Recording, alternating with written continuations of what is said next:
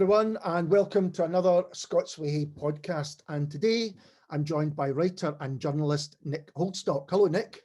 Hello there.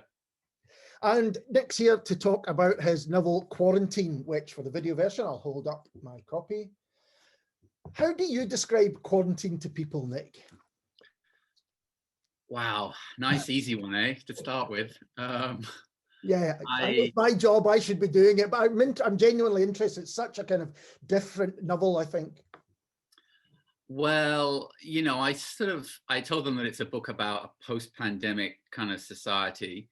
And, you know, I sort of try and stress the fact that it's post, you know, it's not a sort of a Station 11 kind of everyone is dying all around us sort of panic and breakdown kind of thing. It's about, you know, reconstruction and recovery after that process, and about what that looks like, and the way that it's possible, and the ways that it's not impossible, but the way that it's hampered. Yeah. So why did you want to write it? Is it a kind of response to what we've just been through, or was it something that you maybe already had in your mind? Well, I wrote most of it long before anybody thought that we were likely to have a pandemic like this. I guess I wrote most of it in sort of 2016, 2017. And, you know, sort of the pandemic was really kind of a device in order to sort of, to trigger, if you like, change in both in individuals and in a sort of wider society. You know, like in my first novel, which was the Casualties, you know, there's like kind of a great kind of planet altering event, and it's about sort of, you know, how that then changes sort of the future destiny of humanity. This is a little bit less grand, but I guess that some of those questions are sort of still there about, you know, like you look at either yourselves or at sort of the wider society, and there are lots of problems, and we're all sort of aware of the imperfections, and there's a desire in all of us at every level to sort of improve or deal with things and sort of change. And yet it's very difficult to do that. You know, there are systemic and individual levels of resistance, you know, so how do you get past those things, and how do you make some God forbid progress, you know? And it's interesting because I think people like myself, and this has happened with other books that I've read, and also music that's been made, which seems you start to read in that this is a response to COVID. Has that been something that people have said? Have they just assumed that this is your COVID novel? I think it's inevitable that people are going to talk about it in that way, you know, and I think it's sort of a bit of a blessing and a curse, really, for me, you know, because it, you know, inevitably it's going to be foregrounded, and there's no way that, you know, it's definitely read differently as a result of what we've all been through. Yeah. And on the plus side, it probably has some resonance in some ways that it might not have had otherwise. You know, some of the things that are in the book that I sort of imagined before I sort of lived through them, and it's sort of interesting to come back to them, you know, sort of now and think, oh, I guess I was horribly, that makes sense to me, you know, those things. But on another level, you know, it's not necessarily, you know, the pandemic novel is probably already an overdone genre already at this point. Yeah. and, you know, so there will be people who will be like, I've lived through it. I don't want to even go near a novel that has any even tangential relation to it. So yeah, I think it's mixed for me. I was going to ask you about the response, because one of the things I thought was it kind of says things might be bad, or that they're not as bad as this. And, you know, in the novel, it's not got to that stage yet. How have other people responded to it? I mean, the pandemic is much worse in the book. So there is that sort of, I guess, slight sort of comfort. You know, I mean, it's quite early. The book hasn't been out that long. So like people haven't, you know, really had much of a chance to come up to me and say, oh, that was how it was for me, or that's how it is for me now. So yeah, I mean, in terms of response, it's kind of too soon to say. Okay, that's interesting. I have written a review of it, I have to say, for Snack Magazine, which will be out quite soon, and it's all positive, I can let you know that. But it was interesting to think closely about it, to review it and make sense, because you are kind of bringing your own experience to the novel in a way that is very rare with other novels. You know, you read fiction in particular and you think, well, you know, sometimes there's something which is close to you, but the fact that everyone has in some level gone through what your book is responding to, or, you know, the aftermath of that, or is going through it now, is rare. Yeah, I mean, it's, you know, like in the book, it's sort of set 5 years after the pandemic ends. So the dust has sort of settled a little bit, and there's sort of at least a stronger sort of semblance of normality. With us, I mean, firstly, we're not really even out of the pandemic. Yeah. I mean, you know, in my opinion, you know. So there's that. And I think it's probably too soon for us to say the ways in which we've actually been changed. And, you know, I mean, there are certainly there are things you can, the easy things are things like, how much do we work in the office now? How much do we work from home? I think we can all see that's definitely, it's been a change that probably won't be reversed. But in terms of, I don't know, like the sort of the sense of security we all have, and whether that's really come back, I mean, that's another sort of interesting question.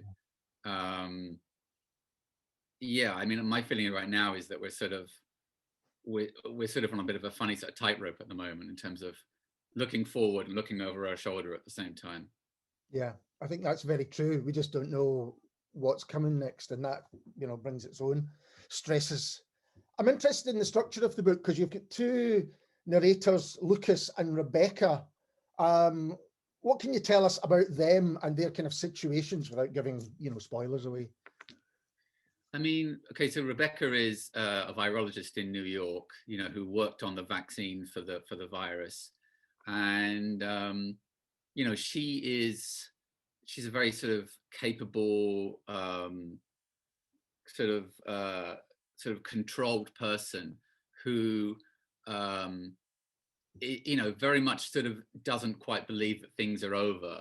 Yeah. You know, and you know, even though she's arguably closest to the proof that things are much better, she's also almost the greatest sort of skeptic, if you like, of recovery. And so for her, really, the problem is hope. You know, like she's surrounded by everybody else who's hopeful, and yet she can't quite muster that level of hope. And then, to some degree, the inverse is Lucas in a sort of if you like, a quarantine camp in the mountains in Central Asia, who has the disease, is one of the last few hundred people who has the disease, for which there isn't a cure. And, you know, like his prospects and those around him are not very good at all. And, you know, like he's arguably in a much worse situation, and yet he's much more hopeful than Rebecca about the direction of his life, you know. And yeah, so he's kind of struggling almost, or refusing to even consider that things might not be okay. Yeah. So they're sort of set up at sort of almost slightly sort of mirrors of each other, slightly. Because yeah, I'm not going to say what happens at the end, but did you know that the end would come right from the beginning? Did you have that set out? I mean, I had an end, and then, you know, in the process, the ends kind of change and they morph, and story gets bigger and the story sort of contracts.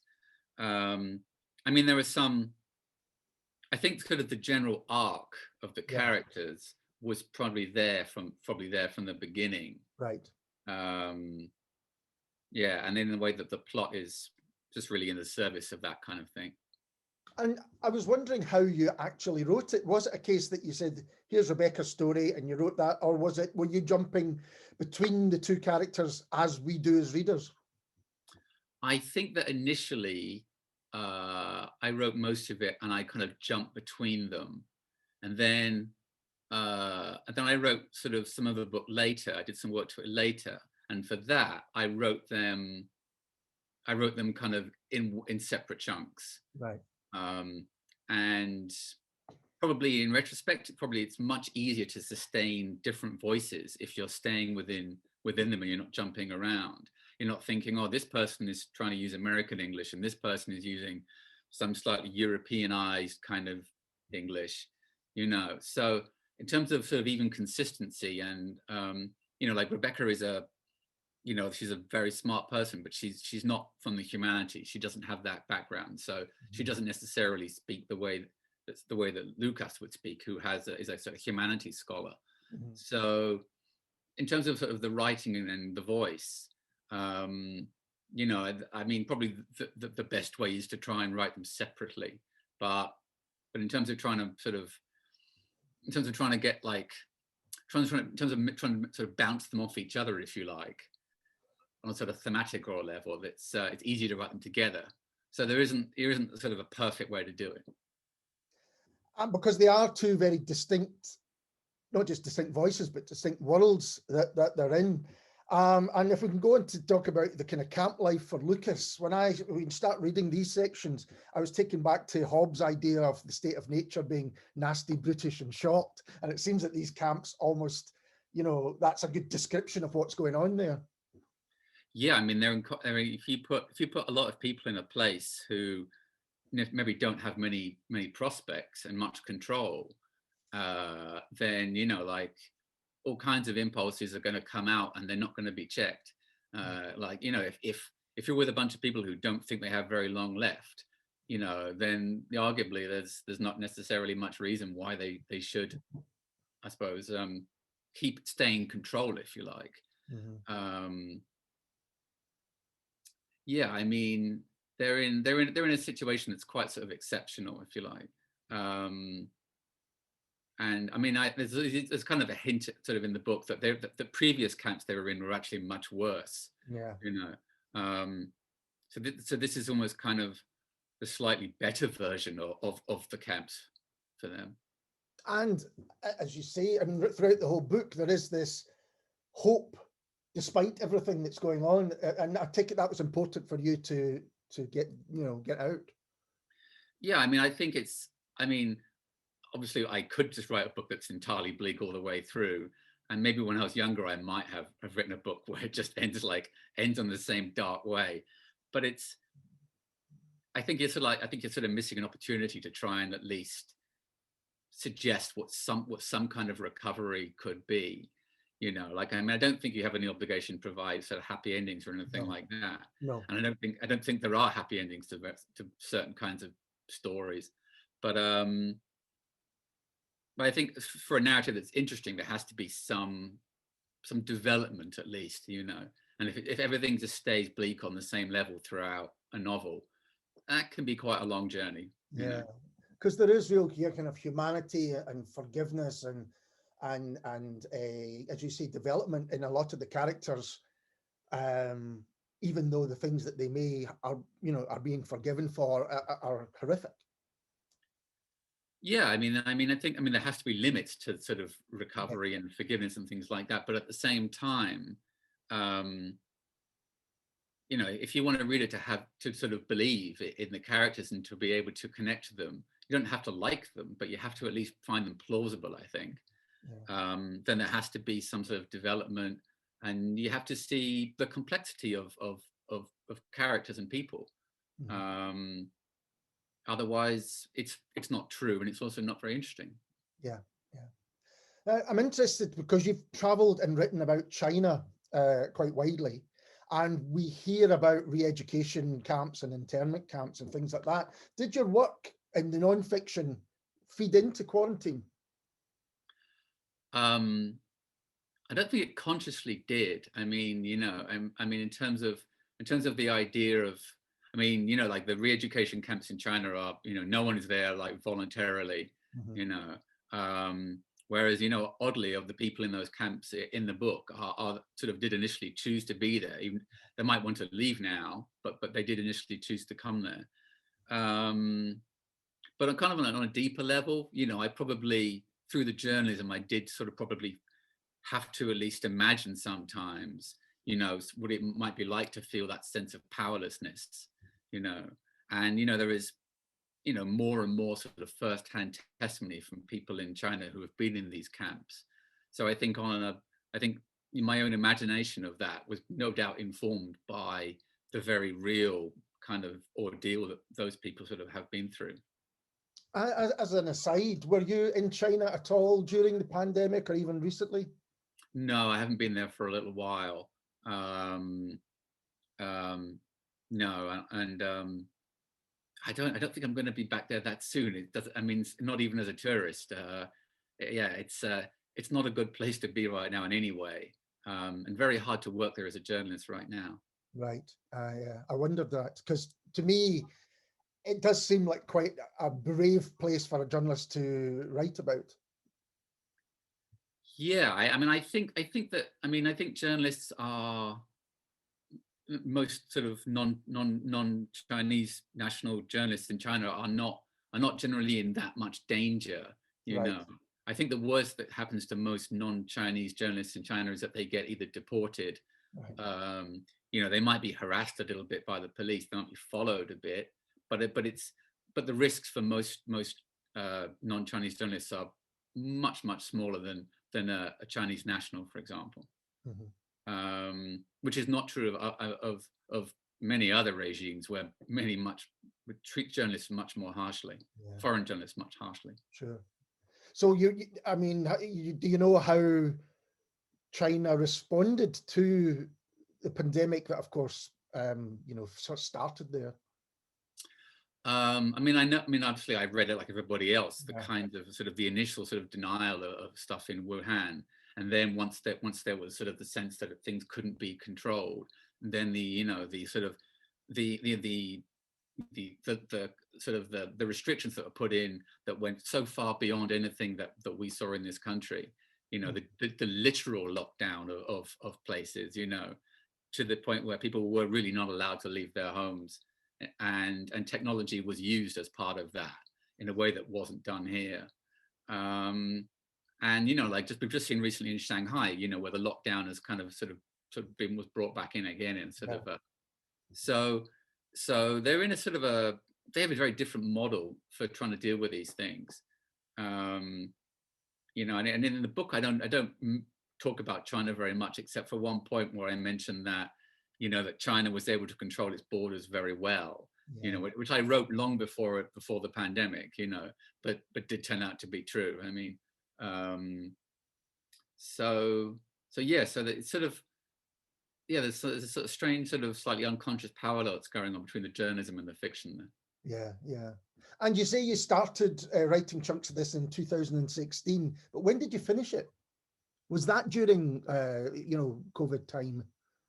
Yeah, I mean, like a lot of writers, I write something and I sort of put it away for a while, and I sort of came back to this, if you like, during the pandemic, and I wrote, I guess, most of the second half of the book during the pandemic.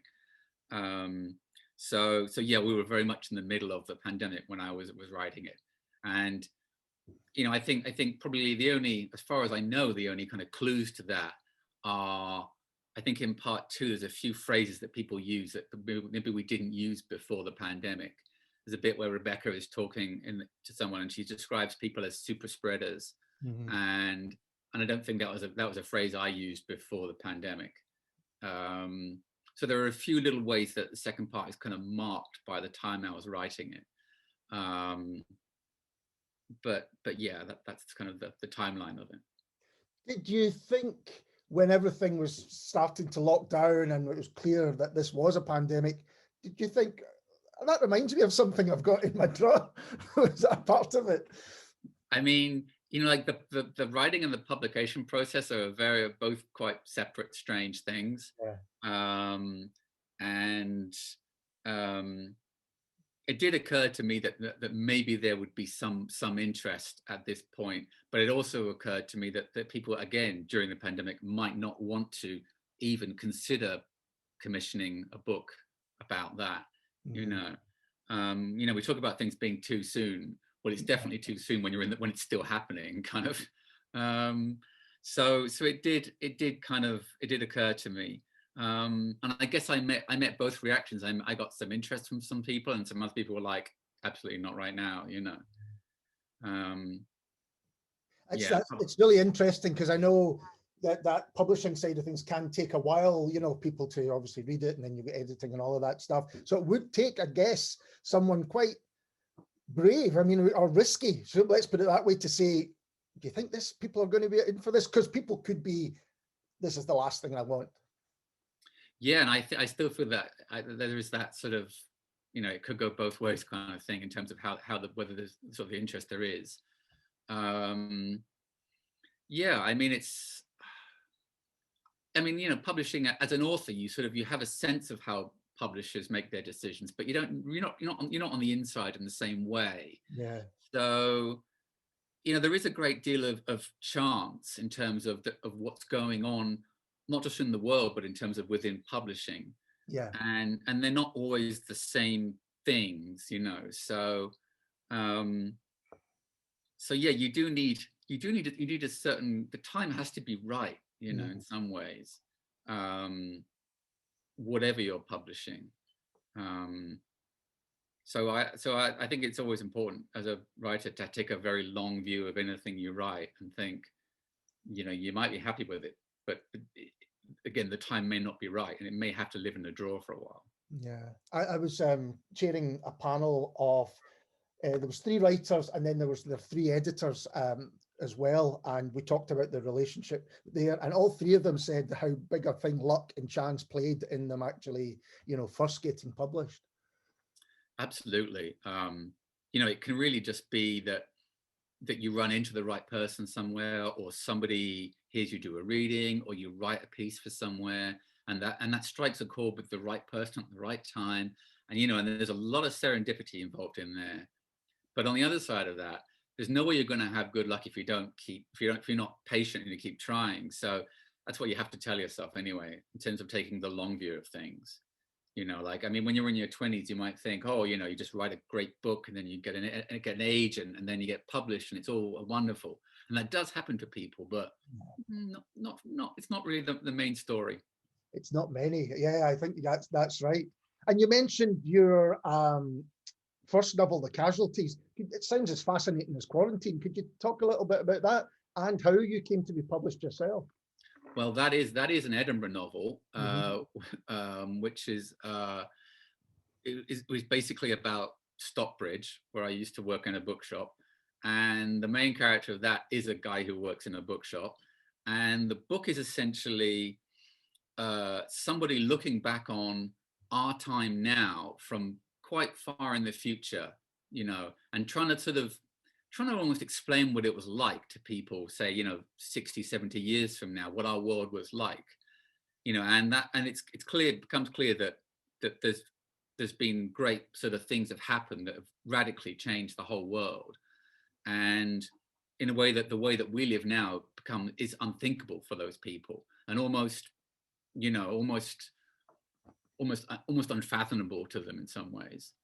And so it sort of follows the stories of a number of people in and around Stockbridge, sort of during kind of the last weeks of sort of a certain era in, you know, in the world.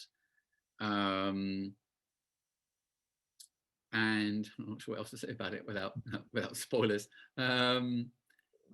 And yeah, so it's about sort of, again, about change, and it's also about how you make a story about yourself and about the past, and the things that you leave out to tell those stories. And was fiction something you'd always written, or was this, you know, the first time that you decided, I'm going to try and write a novel? Oh, I think I'd written a few novels before then, which are just on my hard disk somewhere. You know. So I had a couple of kind of practice runs before this one worked out. But yeah, I think often you have to write a couple of novels to sort of get a sense of almost how construction works, and Right. then also you also learn how to edit those novels in a way that's effective. You know, it's quite likely that the first novel that I wrote, I thought all I had to do was fix the sentences when you know, make them nice. Yeah. And then you get the second or third book, and you're like, you know, there are larger structural or even narrative things that you have to be willing to address if you're going to actually make a novel that works. Yeah. So I think The Casualties was the first time I was like, you know, what am I prepared to do to make this book work? Am I prepared to cut huge chunks? Am I prepared to rewrite huge chunks? And I did do for that book. And yeah, that's kind of how that one came to actually work and get published. So you were almost prepared when you handed it over to a publisher and an editor that, yes, I'm willing to make these changes, almost foreshadowing that they were going to come, that such demands might come. Well, the thing is, I'd already actually done some of that myself. Right. Like I'd already done quite a lot of fairly brutal work to the book before it even got submitted. Right. So, and I think once you lose that sort of slight preciousness around your work, then you become more open to what an editor can tell you, you know, and you know, like, and then you sort of have to think, you know, well, what does the editor actually want? You know, how much do I actually have to do with that? How much of that is useful? And you know, in my experience, there's kind of a middle ground often between maybe what an editor would like and what you would like. Yeah. And you have to, of course, trust the editor as well. And otherwise you just couldn't do it, even if you were desperate to be published. I mean, it would be awful. Yeah. I think that's interesting. I did a little bit of editing in the past, and I think that's right. That relationship has to be one of trust and is key. And so what was the process like with Quarantine, the editing process? I mean, I did have to, you know, it was suggested that I especially work on the second part of the book, and that maybe I had not provided enough kind of closure, you know, sort of to things. You know, and then I sort of had to go and think about, you know, what that might mean in terms of like the narrative and the arcs. And it turned out that I'd actually had quite a lot of planning that I'd actually made that I just hadn't really implemented. You know, for some reason I'd kind of been holding back some things, and I kind of thought, oh well, maybe my book will finish here. Right. And I'd kind of not used a lot of the material.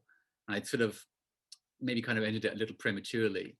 And then through conversations with my editor, I began to understand that actually, you know, there was a little bit further that the book could go to kind of bring it to sort of a bit of more fruition on character and a narrative level.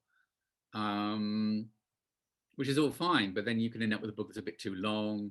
And so then I probably had to do a bit of work on part one as well. But part one didn't change too much, actually. The original thing I wrote was more or less intact. And,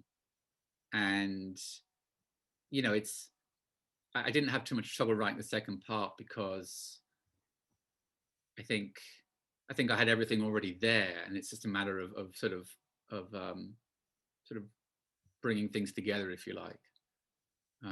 So it wasn't torturous or anything. I mean, it wasn't a very long process. Right. And also a Quarantine, it's quite a sensitive and in times sensual novel. You know, there's sex and drugs and drink. And was it quite exciting to write?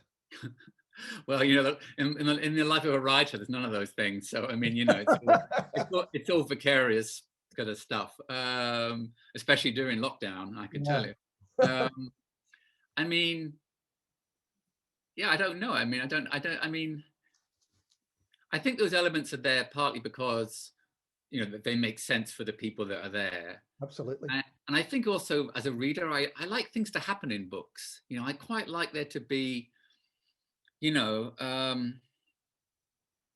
I do like some action, if you like, to put it crudely. I do think that, you know, like, I think that there are sort of things that are interesting and enjoyable to read about, you know, which don't happen in our daily lives.